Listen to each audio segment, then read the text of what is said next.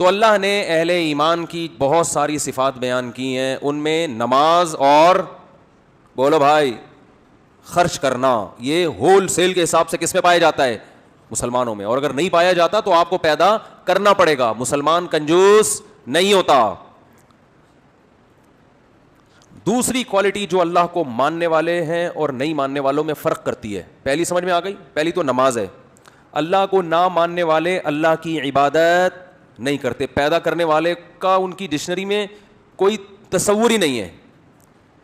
صرف قسموں میں او مائی گاڈ، اور جو حیران ہوئے نا او مائی گاڈ فار گاڈ سے، بس یہ دو چار گاڈ کا لفظ اس کے علاوہ یوز بولو نا یار نہیں ہوتا. مسلمان 5 ٹائم مسجد میں حاضری دے کر اپنے عمل سے ثابت کرتا ہے کہ میں کسی خدا کو مانتا ہوں. صرف خالی پیلی کے دعوے نہیں ہیں. 5 ٹائم مسجد میں حاضری آسان کام نہیں ہے. اور یہ 5 وقت کیوں رکھے ہیں؟ اقیم الصلاۃ لدلوک الشمس. یہ جتنی نمازیں اللہ نے فرض کی ہے نا، اس میں زمین میں کوئی انقلاب آ رہا ہوتا ہے، ٹائم چینج ہو رہا ہوتا ہے. فجر کی نماز کیا ہے؟ کئی گھنٹے رات کے اندھیروں میں انسان ڈوبا رہتا ہے اور پھر صبح کی روشنی پھوٹنا شروع. یہ اللہ کی قدرت کی دلیل ہے کہ اللہ دوبارہ سے دن کو ہمارے اوپر طلوع کر رہا ہے. ٹائم چینج ہو رہا ہے نا. دیکھو اسلام نے گھڑی کا اعتبار نہیں کیا. گھڑی کا جو ٹائم چینج ہوتا ہے یہ نیچرل نہیں ہے، سمجھ رہے؟ یہ تو انسانوں کا وضع کردہ ہے نا. حقیقت میں انسان کی زندگی میں جو ٹائم کی چینجنگ ہے نا، وہ اس کا دن کی اندھیرے روشنی سے گہرا تعلق ہے. اسی کا ہماری باڈی پہ بھی اثر پڑتا ہے.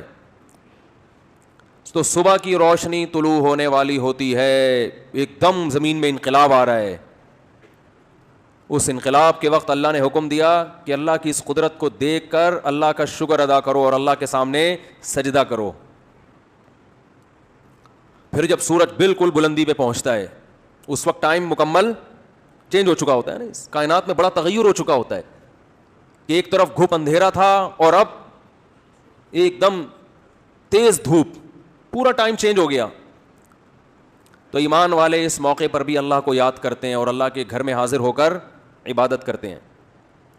پھر شدید تیز روشنی کے بعد جب سورج ڈھلکتا ہے اور سورج کی تپش میں تغیر پیدا ہو جاتا ہے اور شام ہونے لگتی ہے، تو شام کا ٹائم دن کی روشنی سے بالکل ڈیفرنٹ ہوتا ہے، بالکل الگ ٹائپ کا وقت ہوتا ہے. وہ اس میں انسان کی باڈی میں بھی چینجنگ ہوتی ہے، تغیر پیدا ہوتا ہے، ہر لحاظ سے سب کچھ چینج ہو رہا ہوتا ہے. آپ کی ایکٹیویٹیز چینج، شام کی ایکٹیویٹیز الگ ہوتی ہیں، دن کی روشنی الگ ہوتی ہے.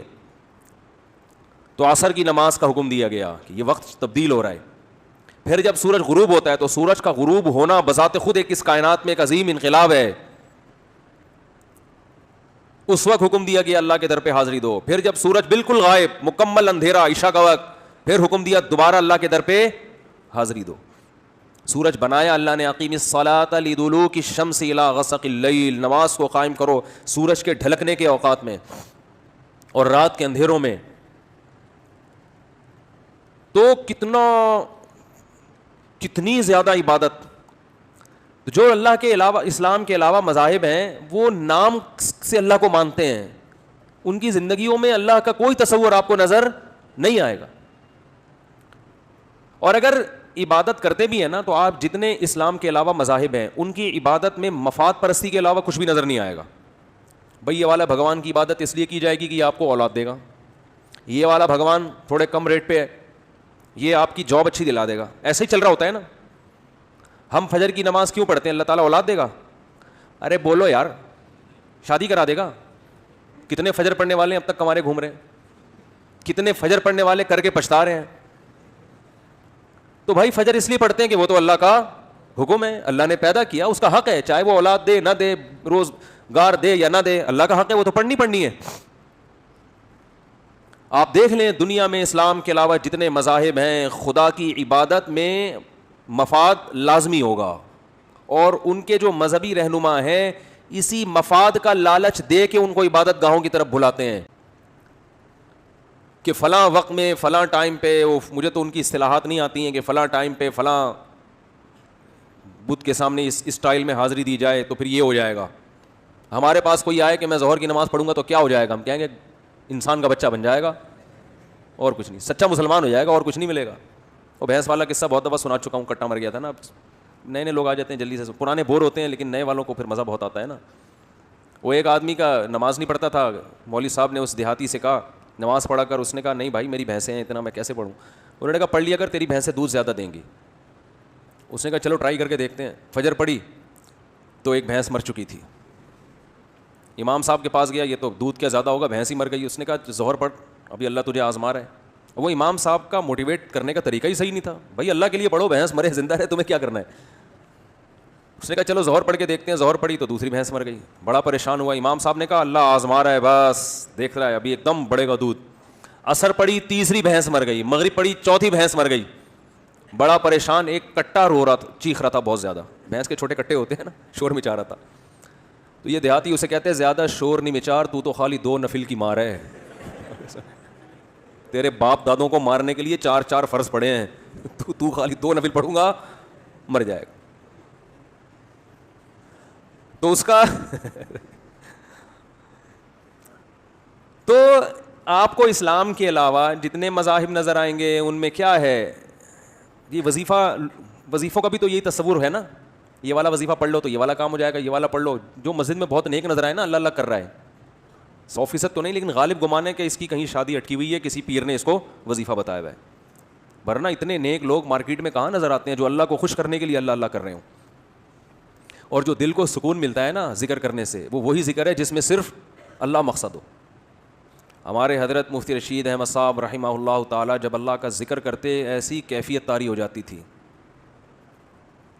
اور یہ شعر پڑھا کرتے تھے, دم رکا سمجھو اگر دم بھر بھی یہ ساغر رکا, میرا دور زندگی ہے یہ جو دور جام ہے. اردو میں ہے نا, یہ خاندانی اردو کا بھی بیڑا غرق ہو رہا ہے یار. خیر, یہ انگلش میں نہیں ہو سکتا یہ شعر. ایسے استعارے اور ایسے کنائے آپ کو اردو میں ہی ملیں گے. پہلے اس کا پس منظر سمجھانا پڑے گا. دم رکا سمجھو اگر دم بھر بھی یہ ساغر رکا. شرابی جب شراب خانے میں جاتا ہے تو شراب کا دور چل رہا ہوتا ہے نا, مست ہو کے پی رہے ہوتے ہیں.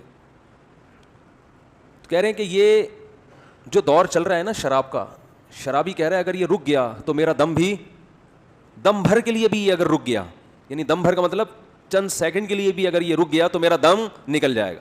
کیونکہ شرابیوں کو شراب سے عشق جیسی محبت ہوتی ہے, تو بعض دفعہ اہل اللہ وہاں سے محبت ادھار لے کے, کیونکہ وہ سمجھ میں آ رہی ہوتی ہے نا لوگوں کی, تو وہ پھر اللہ کی محبت پہ فٹ کرتے ہیں, کیونکہ لوگوں کی سمجھ میں وہی چیز آتی ہے جس سے وہ مانوس ہوں.